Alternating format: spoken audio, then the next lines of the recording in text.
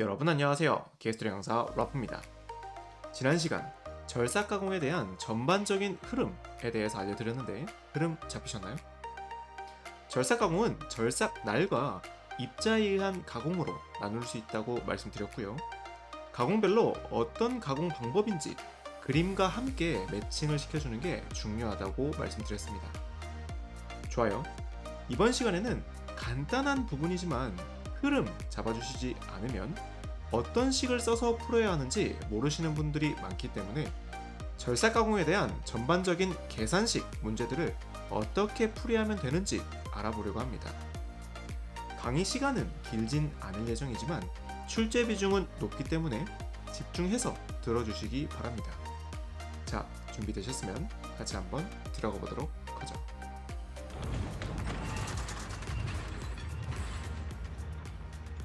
자, 절삭 가공에서 제일 처음 배울 계산식은 절삭 속도 부분입니다. 절삭 속도는 쉽게 말해서 공구가 1분 동안 깎는 거리를 의미합니다. 우리 속도는 시간분의 거리로 구할 수 있는 거 다들 알고 계시죠? 절삭 속도는 운동의 종류에 따라서 크게 두 가지 정도로 나눌 수 있는데 보통은 이 식들이 어떨 때 어떻게 쓰는지 잘 이해하지 않고 막 외우기 때문에 문제를 조금만 꼬아서 내면 문제 자체를 못 풀게 되는 경우가 많이 생기실 거예요. 최종 공식을 외우는 것도 물론 중요하지만 가장 기초가 되는 속도는 시간분의 거리라는 개념에서 출발해서 어떻게 최종 공식까지 이어지는지 이 흐름을 잡아주시는 게 매우 중요합니다. 어렵지 않으니까 한 번만 들어보세요. 우리 절삭 가공 방법은 선반 또는 밀링처럼 공작물 또는 회전하는 공구를 이용해서 절삭하는 방법이 있고요. 세이퍼처럼 직선 왕복 운동으로 절삭하는 방법이 있습니다. 그래서 속도 계산식은 크게 회전 운동 시에 구하는 절삭 속도식과 직선 운동 시에 구하는 계산식으로 나누어져 있습니다.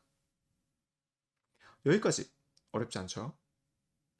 그 다음 회전 운동식부터 볼 텐데 우리 파이 d 하면 원주를 구하는 공식인 거 알고 계신가요? 여기에 n 값은 rpm, 즉 분당 회전수를 의미하는데 원주 곱하기 회전수까지 하면 이 회전 시에 이동 거리가 나올 거고요.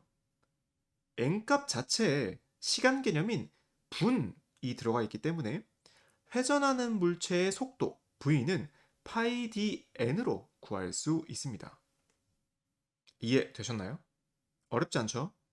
단 조심하셔야 되는 부분은 보통 지름을 뜻하는 이 d값은 밀리미터로 주어지기 때문에 밀리미터 값으로 넣게 될 거고요. 그에 반해 속도는 일반적으로는 미터 퍼 민으로 구하는 게 일반적이기 때문에 파이 dn으로 구한 속도식에서 미터로 단위 변환을 시켜주기 위해서 1000을 일반적으로 나누어 준다. 이렇게 흐름 잡아주시면 완벽합니다. 무작정 1000을 나누는 게 아니에요. 한 번만 들어보시면 절대 어려운 게 아니니까 꼭 이해하시고 식 외우시기 바랍니다. 자, 여기까지 되셨다면 다음은 직선 운동에서의 속도입니다. 최종식을 보면 완전히 달라 보이지만 기본 개념은 항상 똑같습니다. 속도는 시간분의 거리로 구할 수 있고요. 여기서의 n 값은 바이트의 분당 왕복 횟수이기 때문에 여기다가 행정 길이 l 값을 곱해주면 속도 개념이 나오겠죠. 여기다가 마찬가지로 행정 길이는 보통 밀리미터로 주어지기 때문에 미터 퍼 민으로 표현하기 위해서는 1000을 나누어서 계산해 주게 됩니다. 선생님, 여기까지는 이해됐는데 A가 남아있는데요. A는 뭔가요? 좋습니다. 이 A라는 친구가 조금 어려우실 수도 있는데 천천히 설명해 볼게요. 우리 이전 시간에 세이퍼 잠깐 설명드렸는데 이런 직선 왕복 절삭 운동을 하는 공작 기계들은 절삭을 할 때와 이동을 할 때가 속도가 서로 다릅니다. 무슨 말이냐고 하니까 전진 시에 절삭이 되는 공작 기계라고 하면 1왕복을 기준했을 때 전진 시에 걸리는 시간이 1초라고 한다면 돌아올 때는 1초보다 적게 걸린다는 거예요. 하지만 절삭 속도는 왕복을 기준으로 속도를 측정하기 때문에 전진할 때와 후진할 때의 속도를 모두 고려해서 속도를 구해줘야 하는 거죠. 그 값을 고려해 주는 게 바로 A 값이다. 이렇게 생각해 주시면 됩니다. 자, 여기까지 절삭 속도 구해봤는데 이해되시나요? A 값이 조금 헷갈리실 수도 있다고 생각하는데 천천히 이해해 보시고요. 뒤에서 문제풀이 하면서 한 번 더 설명드리도록 할게요. 자, 다음은 절삭 시간입니다. 앞에서 속도는 시간분의 거리였는데 이때의 속도는 분당 회전수 n 곱하기 이송 속도 s로 구할 수 있고요. 시간은 t, 거리는 가공 행정 길이 l로 표현할 수 있습니다. 여기까지 어렵지 않죠? 여기서 우리는 원래 절삭 시간 t 값을 구하려고 했으니까 t에 대한 식으로 표현해 보시면 t는 ns분의 l로 표현할 수 있는 거죠. 이 절삭 시간은 분당 회전수 n값이 들어있기 때문에 절삭 속도 문제와 연관지어서 나올 확률이 높습니다. 절삭 속도에서 n값을 뽑아낸 다음에 절삭 시간을 구해야 하는 이런 연결 문제가 나올 수 있는 거죠. 이럴수록 흐름과 기본 개념을 차곡차곡 쌓아 나가셔야 합니다. 좋아요. 다음은 동력인데 당연히 절삭 공작 기계도 모터에 의한 동력 장치니까 동력에 관한 문제가 나올 수 있고요. 사실 동력 문제는 여러 번 설명드렸기 때문에 여기서는 식만 보여드리고 따로 설명은 드리지 않겠습니다. 자, 다와갑니다. 네 번째, 다섯 번째는 사실 설명드릴 게 많이 없습니다. 특별한 기본 개념이 있는 식은 아니고요. 경험에 의한 식이기 때문에 어느 정도는 외워주시는 게 좋습니다. 자, 네 번째, 표면 거칠기입니다. 표면 거칠기 H는 8R분의 S제곱으로 구할 수 있습니다. 먼저 이송 속도부터 보시면 이송 속도가 빠를수록 표면은 안 좋아질 수 있겠죠.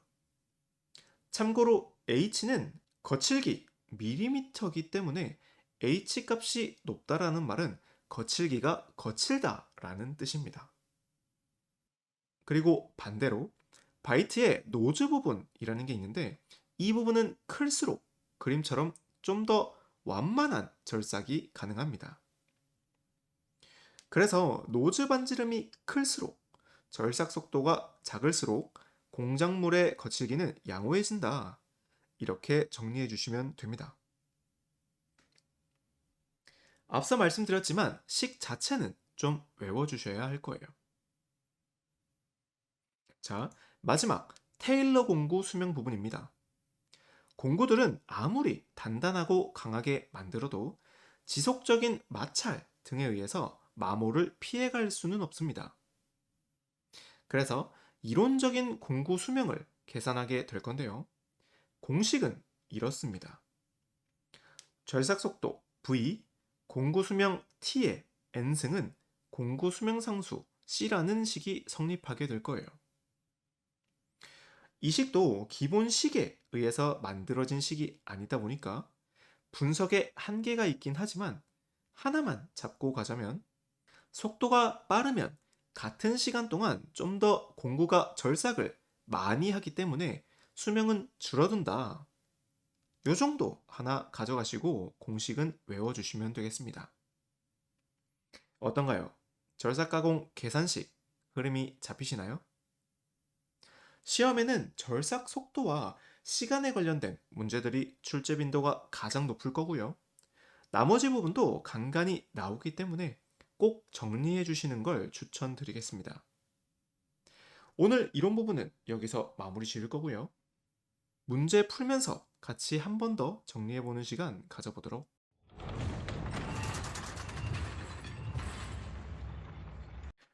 첫 번째 유형의 문제들은 절삭 속도와 관련된 문제들을 가지고 와봤습니다. 1번부터 같이 풀어보면 밀링 가공에서 이런 정보들을 가지고 절삭을 하는 경우에 커터의 회전수는 얼마인가? 이렇게 물었어요. 밀링 가공은 다인절삭 난로 되어 있는 공구가 회전하면서 공작물을 절삭하는 가공법을 의미합니다. 기억나시죠? 그럼 이때 절삭 속도와 RPM의 관계는 V는 1000분의 파이 d n이라는 공식이 성립을 했었어요. 문제 접근 이해되시나요? 조심하셔야 될 부분은 밀링 가공 자체는 평면 가공에 해당하지만 공작 기계는 회전하면서 절삭을 하기 때문에 이때의 절삭 속도식은 직선 운동이 아닌 회전 운동식으로 써줘야 한다는 점 조심해 주시기 바랍니다. 여기까지만 이해되셨다면 나머지는 단순 정보값들을 대입해 주기만 하면 끝납니다. 우리가 구하고자 하는 값은 n값이었으니까 n값에 관한 식으로 바꿔준 다음에 값 넣어주시면 답은 382 rpm에서 답 2번 하시면 되는 거죠. 자, 두 번째 문제 바로 가보겠습니다. 이번에는 선반 가공에서 이런 정보값들로 절삭을 할 때 1회 절삭 시 가공 시간은 얼마인가? 이렇게 물었어요.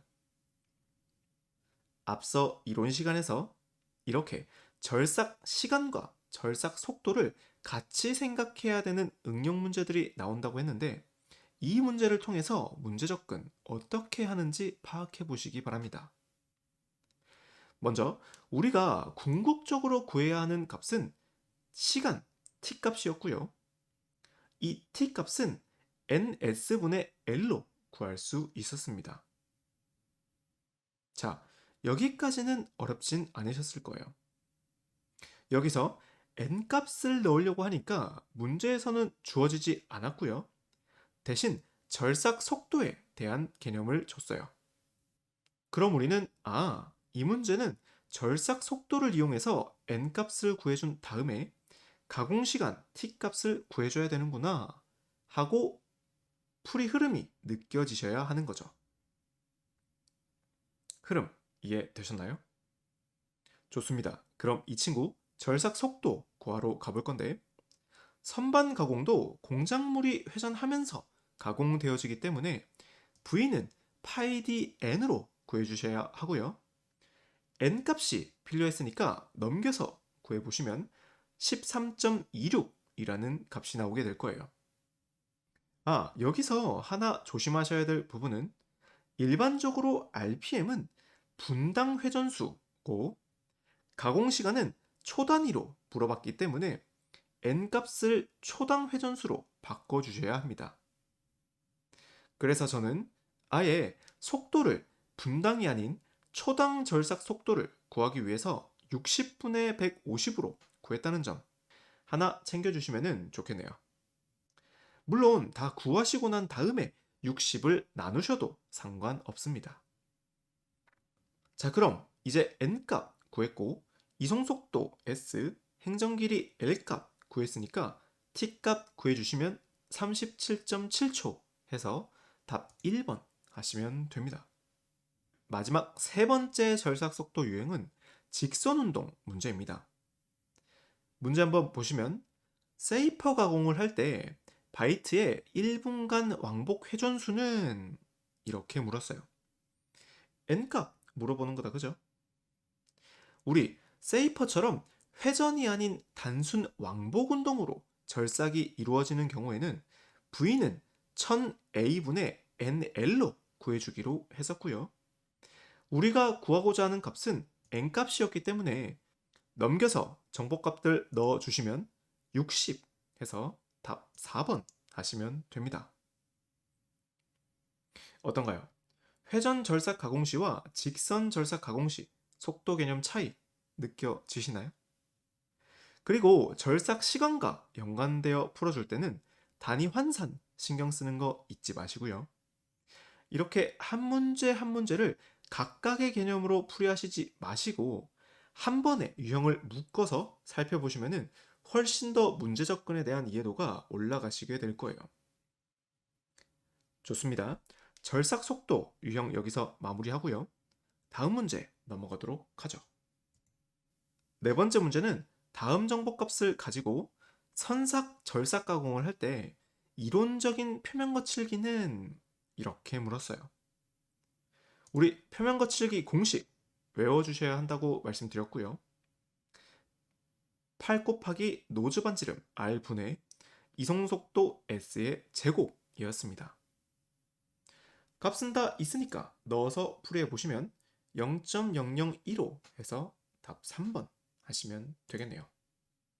간단하죠? 바로 이어서 마지막 5번째 문제는 테일러 공구 수명에 대한 문제입니다. 수명식에 대한 다음 정보값들을 가질 때 적합한 공구의 속도는 얼마인가? 이렇게 물었어요. 테일러 공구 수명 공식 한번 떠올려 보시면 속도 v 곱하기 수명 t의 n승은 상수 c다. 이런 등식이 성립했었습니다. 우리가 궁극적으로 구하려고 하는 값은 v였으니까 나머지 넘겨서 구해보시면 31.6 m/s 우리가 구하고자 하는 값은 v였으니까 나머지 값 넘겨서 구해보시면 31.6m/min 해서 답 4번 하시면 되겠네요. 어떤가요? 절삭 가공 파트 계산식은 대부분 이 정도에서 출제되게 됩니다.